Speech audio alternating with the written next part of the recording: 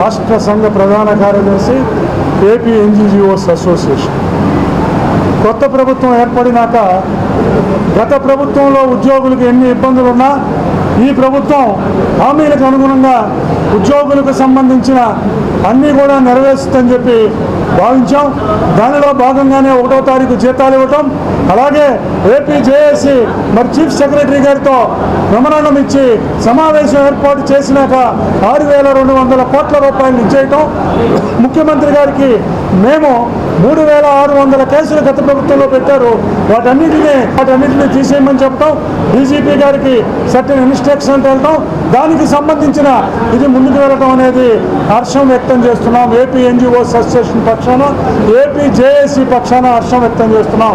అట్లాగే మునుముందు జిల్లా హెడ్ క్వార్టర్స్ కాబోతున్న ఏపీ ఎన్జీఓస్ అసోసియేషన్ జిల్లా కార్యస్థానం కాబోతున్న రాజచోటిలో మరి ఉద్యోగ ఉపాధ్యాయ కార్మిక పెన్షనర్లందరికీ ఉపయోగపడే విధంగా ఉద్యోగులకు దేవాలయమైన ఈ రాజచోటి ఎన్జీఓ హోమ్ని మరి బ్రహ్మాండమైన వసతులతో ఇవాళ ప్రారంభోత్సవం చేయడం ఆనందంగా భావిస్తూ ఆ అధ్యక్ష కార్యదర్శుల్ని ఆ కార్యవర్గాన్ని ఈ సందర్భంగా రాష్ట్రంలోని ఉద్యోగులందరి పక్షాన రాష్ట్ర ప్రభుత్వాన్ని కోరుతున్నాం. మాకు 2023 జులై నుంచి పిఆర్సీ రావాల్సి ఉన్నది. 2023 జులైకి ముందే పిఆర్సీ కమిషనర్ని అపాయింట్ చేశారు. కానీ గత ప్రభుత్వంలో పిఆర్సీ కమిషనర్ రిజైన్ చేసి వెళ్ళిపోయిన పరిస్థితి. ఈ ప్రభుత్వం వచ్చి 10 నెలలకు అవుతున్నా కూడా కనీసం పిఆర్సీ కమిషనర్ని అపాయింట్ చేయకపోవడం అనే విషయాన్ని రాష్ట్ర ప్రభుత్వం దృష్టికి, ముఖ్యమంత్రి గారి దృష్టికి దఫాలుగా గత 2 నెలల్లో తీసుకెళ్ళాం. తప్పనిసరిగా ఇమీడియట్గా ప్రియారిటీలో పే రివిజన్ కమిషనర్ని అపాయింట్ చేయాలని, ఇంటీరియం రిలీఫ్ని చేయాలని కోరుకుంటున్నాం. అట్లాగే 3 డిఏలు పెండింగ్ ఉన్నాయి. సెంట్రల్ గవర్నమెంట్లో 1 డిఏ కూడా పెండింగ్ లేదు. మిగిలిన రాష్ట్రాల్లో కూడా 1 డిఏ ఉంది. మనకు 3 డిఏలు పెండింగ్ ఉన్నాయి. 3 డిఏలు రిలీజ్ చేసి కనీసం ఈ మాసంలో 1 డిఏ అన్న రిలీజ్ చేయాలని కోరుకుంటున్నాం. ఇంకోటి ఫీల్డ్ మీద ఉన్న సమస్య, ప్రతి డిపార్ట్మెంట్లోనూ 60%, 70% వేకెన్సీస్ రిక్రూట్మెంట్ లేకుండా ఉన్నాయి. గత 24 సంవత్సరాలుగా రిక్రూట్మెంట్ జరగట్లేదు. ఉద్యోగులు 100 మంది పనిచేసే చోట 30 మంది పనిచేస్తున్నారు. పని ఒత్తిడి పెంచుతున్నారు. శనివారం ఆదివారంలో కూడా పని చేయించే పరిస్థితి, జూమ్ మీటింగులు, టెలికాన్ఫరెన్స్లు చేసే పరిస్థితి.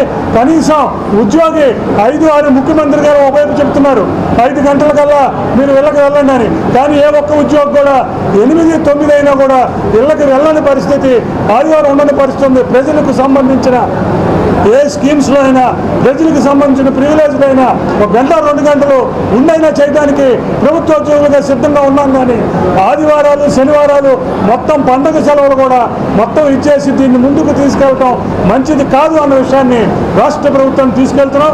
అలాగే ఎఫ్ఆర్ఎస్ ఏదైతే ఫేస్ రికగ్నిషన్ చేస్తున్నారు, మీరు అటెండెన్స్ పెట్టినా, బయోమెట్రిక్ పెట్టినా, ఫేస్ రికగ్నిషన్ పెట్టినా, ఇంకొక టెక్నాలజీ పెట్టినా కూడా ఉద్యోగులకు ఎటువంటి ఇబ్బంది లేదు. కానీ ఫీల్డ్లో ఉన్న వాళ్ళు, ముఖ్యంగా మెడికల్ డిపార్ట్మెంట్లో, పంచాయతీరాజ్లో, మిగిలిన డిపార్ట్మెంట్లో ఎవరైతే ఫీల్డ్లో ఉన్నారో వాళ్ళు ఫీల్డ్ నుంచి 10 కిలోమీటర్లు, 15 కిలోమీటర్లు వెనక్కి వచ్చి, డెలివరీస్ నుంచి వెనక్కి వచ్చి, ముఖ్యంగా ఏఎన్ఎంస్, ఎంపీహెచ్ఏ ఫీమేల్స్ వాళ్ళు వెనక్కి వచ్చి మళ్ళీ హెడ్ క్వార్టర్స్లో వేసి రాత్రి 9కి 4కి డ్యూటీ అయిపోతే 9 గంటల దాకా పనిచేస్తున్నారు. 9 గంటలకు మళ్ళీ 15 కిలోమీటర్లు ఆటో వేసుకొచ్చి ఎఫ్ఆర్ఎస్ వేసి వెళ్ళటంలో ఇబ్బందులు ఉన్నాయి. కాబట్టి రాష్ట్ర ప్రభుత్వానికి విజ్ఞప్తి చేస్తున్నాం, పిఆర్సీ కమిషనర్ని అపాయింట్ చేయాలని, డిఏలకు సంబంధించి కనీసం ఈ నెలలో 3 డిఏల పెండింగ్లో 1 డిఏ అయినా సరే రిలీజ్ చేయాలని చెప్పి కోరుకుంటున్నాం.